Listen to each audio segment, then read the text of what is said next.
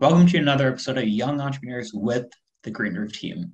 My name is Nelson Fernandez, and today we have Prem Rana joining us. Yo. So on today's episode, Prem and I were going to be talking about the Green Roof Team LLC. Us being a business now and transitioning from doing several amazing projects at Southern Illinois now into commercializing and comprising what we've been doing to create educational kits and other resources to help inspire the next generation to think more sustainably. So, Prem, would you like to get us started off and tell the audience a bit more about who you are? Yeah, so as he said, my name is Prem Rana. I'm kind of one of the founding members of the Green Roof Team, one of the oldest ones. And we had a lot of great projects at SIU, and we realized that we have like good momentum to kind of turn into something cool. And so that's something I have a strong hand in. Specifically with me, something I did on the Green Roof Team was the autonomous irrigation system, which is something that turned out pretty good, and it gave us a lot of ideas for things that we can hopefully execute on in the future. Some other cool tidbits about me: I do some music stuff and some not product stuff, some marketing stuff. I'm a big marketing guy, and I like long walks on the beach. I don't actually. Yeah. So sometimes it's fun to say that, but no. Nice. Yeah, taking long walks on beaches, get conversations going. Yeah, that's where the idea juices flow. Cool. So, talking about ideas, do you think we can talk more about like what inspired us, what inspired you for us to move and transition as a business? Yeah. So I guess what really inspired us to transition into a business, the for me personally, I think there's like a defining moment is when with the irrigation system, right? And I'll use the irrigation system as an example because that's where I had my hands deep in. Is kind of the irrigation system. The way it worked is it collected data through these three boxes, and that box got sent to a Raspberry Pi, which is a small computer that can do a lot of cool things. And when we were creating those boxes, we had all these different small parts that were going together, and I kind of realized that this would be a really good kit. It's really complex, and when I was putting it together, it looked really dangerous. Like you probably couldn't take it on a plane, but with the right iteration and the right ideation for it, it could be something that could be cool. And that kind of seeded the idea of we could turn this into a product. And so that was something that was in the back of my head while we were developing the irrigation system. And as we developed other products like the disaster wind turbine and the solar arrays that we put up on the roof, we have all these different projects, and slowly but surely I saw how what I was doing with this kind of small box that could become a kit was not just limited to my product or to my project. It was on every project that we were doing. And so that's when conversations really started where, this can go beyond what we're doing. This isn't just a senior design project anymore. It's something that we have a lot of potential to turn into something really cool. And I know personally, I learned a lot. I know a lot of our team members learned a lot. And education is something that's really big for both of us, and teaching people is something that's pretty important. And we saw an opportunity to teach people through kind of the things that we made and have people learn through hands-on experience. And so that's kind of a big reason, and a big reason why we pivoted to business beyond just being an idea on campus, I would say. And I couldn't agree more. Like with the irrigation system and anything in the Raspberry Pi controller field, there's so many resources online, but they're all scattered. But instead, with the project and the other projects we had going on, we comprised them, brought it all together, and we found that super useful. And I know I did too, in terms of being able to learn and understand what's going on technically. Yeah, definitely. And then I know for myself, one project that we had going on that helped me for more on that business side was the wind turbine, being able to design, manufacture, and be able to test out the efficiency and how well we can make small wind turbine blades. Because out right now in the market, there isn't that one product where you can go about the entire design and manufacturing side. But instead, if you want a small wind turbine blade, you gotta go and get it purchased from a company who does mold and casting, where they can make it out of use plastic mold injection and be able to produce hundreds of them in a matter of minutes. So instead, finding that new niche area, that new customer base, and be able to connect them with the resources to fulfill the entire product manufacturing and production. See, and that's another reason why we can pivot to business is, and this is just more of a personal note, but I like to do a lot of things by myself, not necessarily alone, but like if it's possible for me to do it, then I want to do it. You know, I don't want to necessarily rely on a lot of other people, and obviously a team is important, but like, you know, with like products like this, it's like, well, these guys are doing this thing. So if we want to do something, then we have to wait on them to do it. And then maybe they're reliant on other people. So why don't we just do it ourselves? You know?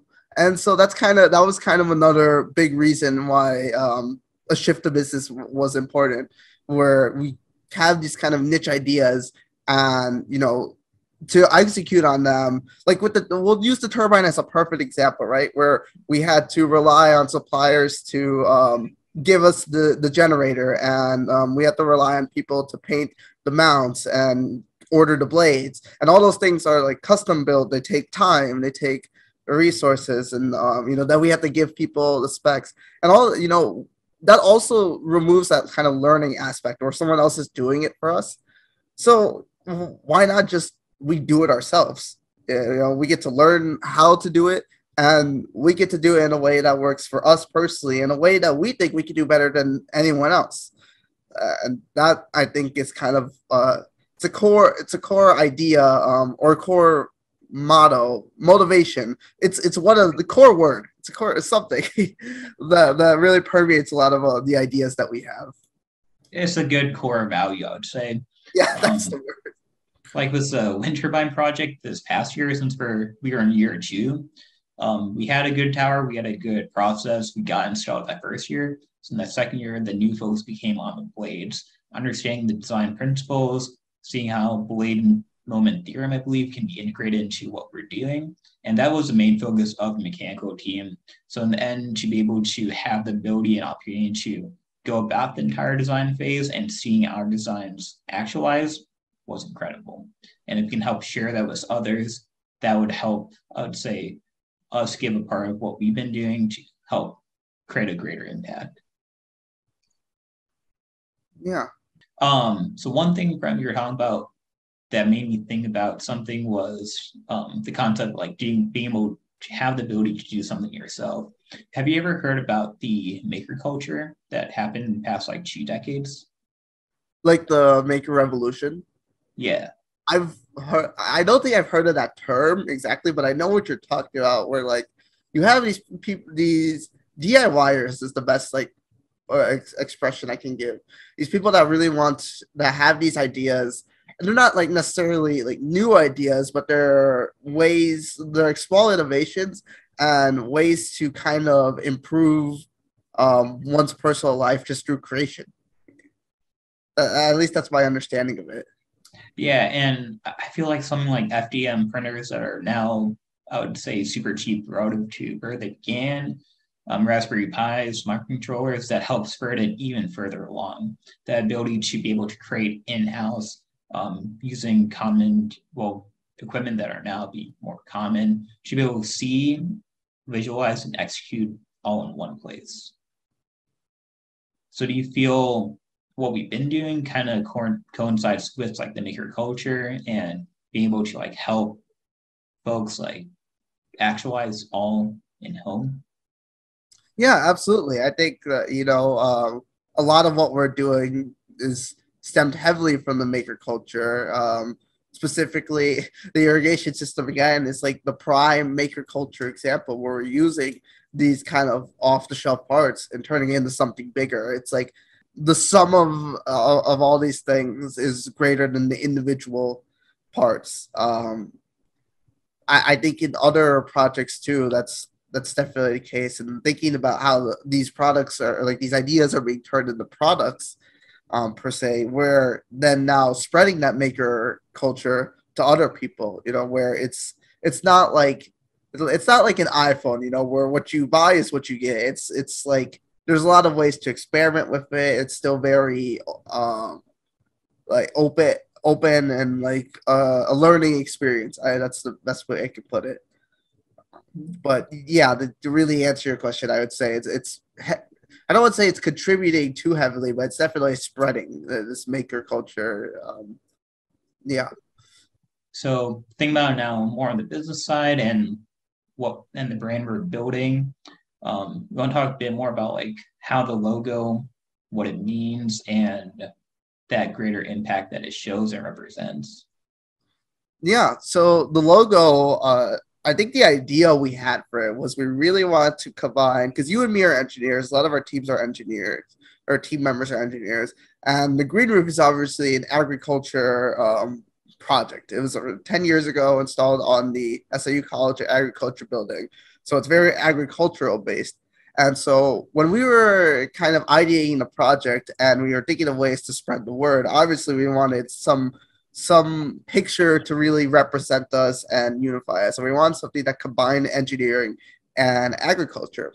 And so this was a logo that was presented to us, and it really kind of stuck out to us because when you look at the core, I guess like the core parts of it, it looks a little bit like a smile, right? Like the leaves are the eyes per se. You have your gear, which is like a smiling face. And so it's kind of simple, but it looks really, really welcoming. And it looks like there's room to grow with it. The plant there, it's not fully grown, it's just planted. Just kind of like where we are in our project as a whole, where we're just getting started and we're kind of growing. And, as we move forward, that logo represents something more, where it allows you, the user, the person who uses our products to grow and to like to grow. Yeah, to grow. But yeah, there's a lot of different sort of meanings that can be taken from the logo. That's just kind of one way I see it in relation to the business. And the way that I see it now, looking back at what we've been doing the past few years, is more on that resiliency side of plants. Usually they don't grow in gears, but instead we're able to overcome different obstacles, use our team members, use everyone's special skills, their backgrounds, and be able to find solutions and find the best way we can come together to be able to move forward. So in the face of obstacles and difficulty, we always come together like that plan and find a way to flourish together. Yeah, definitely. And I mean, it takes a little bit, like any plant, takes a little bit of watering, takes a little bit of effort, but we'll get there. We're just getting started. Yep. So, like the conversation you've been having about the business, looking down the road, do you have any big aspirations on what you see out of the business in the next maybe 6 to 12 months from now? So at 6 to 12 months, I think our business is more establishing itself. Like we have a lot of work to do, right? And so that's where that time period is spending, is really doing researching, figuring out how we're going to spread our name and get ourselves out there and really start developing products. And so in 6 to 12 months, I can see our brand influence, from a marketing perspective, because I'm the marketing guy. For our brand influence, maybe not increasing too far, but really internally, we're gonna have like a lot of cool things happening, and we're gonna be on the precipice of then after that 12 months, into 12, 24 months from now. That's when we really hit the ground running, and that's when you'll see a lot of big moves out of us, I would say. Nice. I couldn't agree more.